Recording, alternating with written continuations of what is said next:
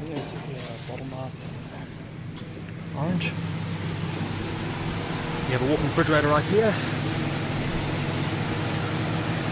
You have a massive Muller evaporator, which you typically see in a cold storage warehouse.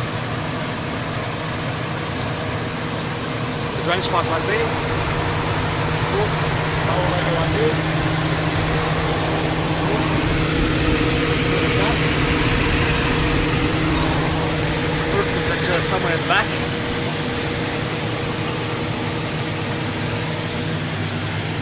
Another one right here. Then again, we've got the refrigerant injector right there. Got the drainage pipe right there at the back. And again.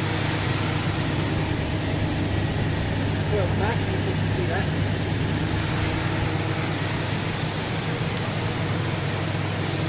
So yeah, these ones are all the same. Of course, we've got a Kirby right here. And again, we have the refrigerant injector right there, the drainage pipe right there, of course. Coil at the back somewhere. So yeah, pretty cool. So yeah, I hope you've enjoyed my next episode. Goodbye.